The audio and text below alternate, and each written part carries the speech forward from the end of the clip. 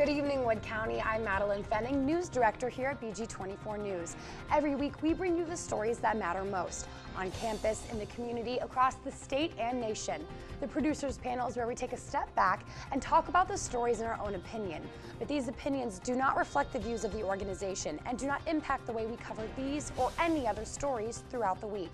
This evening, we will discuss the new Bureau of Criminal Investigation building on campus. We'll also talk about the Peace Corps and what it has to offer graduating students. Finally, we'll discuss the ever-consistent construction on I-75. It's all next on your BG24 News Producers Panel.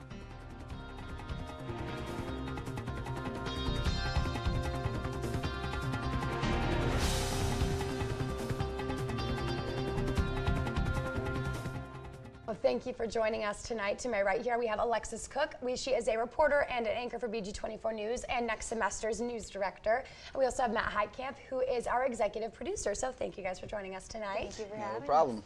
So we have the new BGSU debuted its new Bureau of Criminal Investigation lab on campus this week. Reporter Alexis Cook found out the facility brings the crime scene and the classroom together. It's been a highly awaited journey for BGSU's new BCI lab. With it being one out of 3 BCI labs in Ohio, officials say it will give the off- and on-campus police departments state-of-the-art backup for investigations. The new $14 million lab will be testing evidence kits that have been left untested for more than a decade, with the hopes of arresting criminals who've escaped justice for too long. Now here behind me, this is where evidence will be securely stored for BGSU students during their investigations. Assistant Professor of Criminal Justice Phil Stinson says the facility will give students necessary tools to be successful after college. One of the main benefits of having the crime lab on campus will be the practical applications. So practical skills that students will be able to get puts you ahead when you look for a job once you graduate from college. BGSU President Maisie says the university will have an advantage over other schools. It gives Bowling Green State University such a competitive edge by having this program not only here in the state, but to bring out-of-state students then to BGSU. Maisie also said 120 BGSU students have gained interest within the program, and how specializations such as forensic accounting, psychology, and digital forensics will be seen in the future. Reporting for BG24 News, I'm Alexis Cook. It's so exciting. I know. It's almost cool. like it gives you that, like, you know, you're like a detective, Yes. like you're on SVU or CSI. Oh, yeah. Forensic Files, which I always watched growing up. So you, got very familiar with the facts and the people in these stories and stuff. So what was something that stuck out to you as, particularly interesting? Yeah, I mean, the biggest thing that stuck out to me is probably how much it costs to build a facility. I mean, I know it is an investigation lab and you're going to have a lot of, technical equipment and all of that you have to add along to it. But, I mean, it costs up to $14 million. And That is a lot. Expensive. to me, I wonder, where did all that money come from? Because it had to come from, our school funds or something to help build this facility investigation lab. So, I mean, definitely. And I think also, because the state will be using it for these investigations and stuff, that a lot of it has to be coming from this state and everything. I mean, different type of state funding than we're used to getting for educational facilities, for capital investments for the university. But definitely, that $14 million, that's still like a lot. yeah. That is quite a bit, and you also got to think, like, there's a lot of other construction going on campus, too. There was a lot of new, cool buildings coming to BGSU. Absolutely. I mean, this place has been ever growing and expanding like crazy all the time. But this seems to be the most, just like technically, advanced sort of facility that we've probably had in a while at BG. Yeah, and what's also another interesting fact about this is that this lab is one of the four BCI labs in the country on a college campus. So we're one of 4 on the country. So that is really, interesting. And, exciting that we actually offer that. I feel like it's going to gain a lot more students to come here for. Especially for criminal justice. I know, like, that's when I first started school. I was in criminal justice. I switched, but if I had something like that to offer, that would have definitely swayed my opinion. Absolutely. And what I think is so cool that I noticed in your story is that they're talking about how they're going to be using or testing rape kits from a decade ago. Yeah. You know, which is, number one, so cool that we have the technology to do that, to test kits like that from so long ago. And also, I love that that is their focus. Yeah. That is something that they think is, okay, now that we have this brand new multi-million-dollar facility, what's one of the most important things that we can do that isn't only, educational but important, and that's where they went. Yeah, like you said, like, not only are they, getting a good experience, but they could actually do some good work, that they can like solve some of these unsolved crimes. That's more than you could have ever asked for. Could you imagine if you like came back from your dorm and other kids are like, oh yeah, like I got a B on my paper, like cool, and you're just like, I solved a mystery today. Yeah, I just, solved a mystery and crime, and now I made someone go to prison for it. Oh my gosh, I sent someone to prison. Yeah, exactly. That's for what they did wrong. I mean, I think it's so awesome that they're going to have students work on these cases too. It's really just going to help them out in the long run and help them get great jobs after college. Well, and what I find interesting is like when he was saying that obviously he's like this gives them an edge, these students, because they're working with this equipment, but also because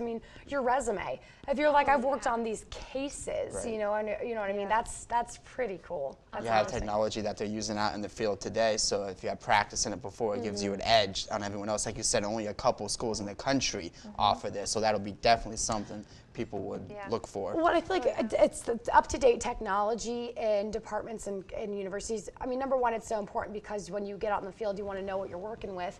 I mean, I know even in TCOM, it's like our cameras and stuff, are nice and they work and everything, but like I'm not going to know how to shoot on an infrared film or to know how to work a lot of really advanced stuff that I know is out there in the field. So the fact that something so vital to like societal safety that we're focusing on keeping that up to date in the classroom is nice. Oh, I most definitely agree. And they're going to be working on cases that are around or that are in the 22 counties around northwestern Ohio. So it's going to be local cases, but it's also going to be cases that are a little bit far out from us. So it's going to just bring in more. Interesting. Well, hopefully all these students can start, bringing in those criminals and throwing some handcuffs on people. Exactly. Very nice. Well, but when we return, we're going to go from crime investigation to some peace operation. The Peace Corps came to campus to discuss opportunities for graduating students. Find out what they had to say when we return. Stay with us.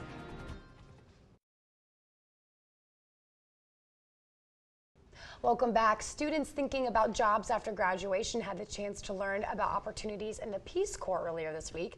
Reporter Alan Hunt spoke with interested students and Peace Corps alumni. Peace Corps volunteer Dorothy Main facilitated a workshop as a part of the Peace Corps Speaker Series yesterday.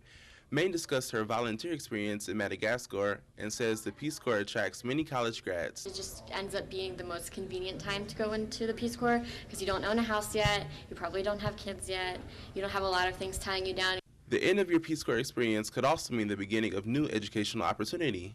Maine says the experience in the Peace Corps gives you an edge when applying to grad school. There's a huge network of different scholarships specifically for returned Peace Corps volunteers. Here at BGSU there are quite a few of them in different areas. For students such as Dylan Byers, the Peace Corps is not only a scholarship opportunity, but a chance to experience something new. I have never left the country before, so at the base level I would like to go experience some of the world, I think. Maine's presentation stressed that regardless of what a student is studying, the Peace Corps is a great way to launch their career. Having Peace Corps as a part of your background and on your resume is absolutely an asset no matter what your field is. Reporting for BG24 News, I'm Alan Hunt. Welcome back. Yeah, we're just talking about how this story kind of gives you a lot of insight on some of these positive things in the Peace Corps. And after doing a little bit of research, there were some things I did find that were a little bit tough about the Peace Corps. Just because it says peace doesn't mean that it is all fun and games or anything like that. One of the big issues that I've read was when you are living there, you are very much so living the way of the people. Of the culture. Exactly, and so you are in a lot of cases living in huts. You know, you are, and some people are sleeping like on the ground or on beds that feel like you're sleeping on the ground every other night. Massive bugs, you know, and things like that. No bathroom. Yeah, you get sick a lot. Apparently, things like that. It's just it's tough. It's like not for the faint of heart. It's definitely not for people who are just very comfortable living inside. So I thought that was really interesting. Do either of you guys know anybody that's like done the Peace Corps or anything like that? I actually do. My twin brother is currently in the Peace Corps right now. He's a BGSU alumni, and he is in Indonesia teaching English. Wow. Teaching English awesome. in a high school, about 400 is some this kids. And yes, here's a picture. I believe that's his host family. Because once you get there, you have to, he's told me, you know, you live with the host family. And like you said, the culture, you really get involved within that and their customs and their traditions and their values. I know like whenever, I think it was Ramadan was happening, he talked all about that, how it was just so different and so unique. So how long has he been in Indonesia? He has been there since March, and it's a 2-year commitment, so he'll be there for 2 full years. In which case, he won't come home. No, he's there for 2 full years. He makes a salary, like the teacher's salary there, which isn't much, but when he gets back, the Peace Corps does offer to pay for his master's degree. Oh, wow. So that's something a benefit for the Peace Corps that they have to offer. That is nice. So have you gotten a chance to talk to him much while he's I have, yeah. Getting a hold of him is difficult, obviously, because like the phone plans are like completely different here than they are in Indonesia. Absolutely. So, but yeah, every now and then he tries to contact me. The call will go out every 5 seconds, but we still try to, you know, keep in touch and as much as we can. So has he had a chance to tell you any of the stuff that was like particularly surprising? Yeah, just like how over there, there is no separation of like religion and state, and it's actually the most heavily Muslim populated country in the world. Indonesia is, believe it or not, and so obviously that has a big impact on the everyday life and the society there. So that's been like a big eye opener for him. Wow, I mean that is just. I mean, that's a whole. I mean, it's a whole other world, you know, when you do that. If you had to go anywhere to do Peace Corps volunteer work, Alexis, where is somewhere that kind of sticks out to you? I know that you're a free spirit. Oh my gosh. And you love that stuff. So. Wow. You know, I don't know if you could do the Peace Corps here, but I would kind of want to go to like Ireland. Could I? I don't know. Just I don't know. avoid the IRA. Okay, So I would much. probably. I mean, I know that every country's got its own needs and everything, so maybe. Yeah, I mean, I was gonna say Australia, but I don't know. I don't know. You know, you never know. That's something I did a little bit of research, and I found that there was a couple of countries that actually, when I was reading about some of the dangers and stuff, and I guess there has been in the recent decade an issue with women who are in the Peace Corps being sexually assaulted by people in the country that they visit, and particularly in like Bangladesh or I think Singapore, even areas like that. Really? Yeah, and I guess has been tough about that is when they came back, they were trying to seek some sort of justice, I guess, and the Peace Corps was not very receptive because they didn't want to damage ties between the diplomats of those nations they're volunteering for and they're serving. So there's some risks involved depending on your gender, I guess, as well. Yeah, there's some, like, I know, like, whenever my twin brother went over there, he spent 3 months there. Like, it's like almost a testing period where you have to learn the language the best you can and sort of adapt. And if you're not able to adapt, you're not officially, like, sworn in yet. After you complete that 3-month thing, then it's 2 years from that, you're officially in. So what happens if you just don't cut it after the 3 months? Do they send you back home? I'm assuming yes. I don't know. He was able to make it, so I'm not sure, but I would think, yeah. Wow. I mean, do you guys think that you would be able to join the Peace Corps? Because personally for me, I would not be able to just give up all my life at home for 2 years. Yeah. I mean, I think that obviously the people who do it, I mean, they're noble, you know, and they want to help and stuff. But I think probably what would be the toughest part for me is going there and seeing what so many people don't have, knowing where I just came from and where I'm going back to, and just kind of like that transition, both going to the country you're serving, but also coming home, that like culture shock of coming back to the U.S. Like, Oh boy. Kind of feeling guilty. Yeah, feeling that guilt. I mean, I would definitely. definitely be feeling that. It's really interesting. I'm sure we could go on about this for days. There's so much to talk about there, but we are going to have to take a quick break. But when we return, I-75 remains under constant construction. We'll talk about the latest closures and how it affects Wood County. Stay with us. Welcome back. Construction continues on Interstate 75 through Wood County and the state of Ohio. Just recently, the Ohio Department of Transportation announced that tomorrow, I-75 northbound between Ohio 582 and I-475 Indiana Perrysburg will be reduced to a single lane. Additionally, several exit ramps will be closed as well. So I know that's not what we want to hear. More closures, more delays, more detours or whatever. So, I mean, what has it been like for you guys on I-75 up until now? Ever since I could drive, I know 75 has been under construction everywhere. Like, as I know, like to my ride to my hometown, I have to go through Findlay, construction, Lima, construction. And then if I go to Dayton, where I used to live, there's more construction in between there too. It's ridiculous. And I agree. I mean, I'm from Findlay, so I know about the construction. I know they're rebuilding the bridge, the overpass. And you know, when I drive from Findlay to BG, or if I go, you know, to south, like Dayton area, I mean, all the exits are closed, I feel like. And when you're on the highway and you're driving and, you know, your tank is getting down to the E, I mean, you need to like get off and get gas. And what's been a struggle for me is that I'm like, oh great, like the past 3 exits are closed and I have to wait to get gas. I mean, it just kind of sucks in that sense because it's just not convenient in my eyes definitely. at all. Especially with the exits. I know I travel on 75 all the time. I live on, my hometown is Middletown in between Dayton and Cincinnati, so I go straight down 75 for 2.5 hours to get there, and then I visit my boyfriend in Columbus a lot, and I have to go on 75 for a while to do that. And I'm talking, it's all the time. Like the other day I was on 75 and I was southbound, and there was this crazy detour that took me to like this other town. I don't even know where I was. It was dark, and it took me to this other town. And I was just like, okay, I don't know where I am. And there's just like this, the traffic was just like backed up for miles. And so I was just started going around people. I think I even did, maybe I shouldn't say this on TV, but I even did, you know, those little, where the cops sit. I did a U-turn.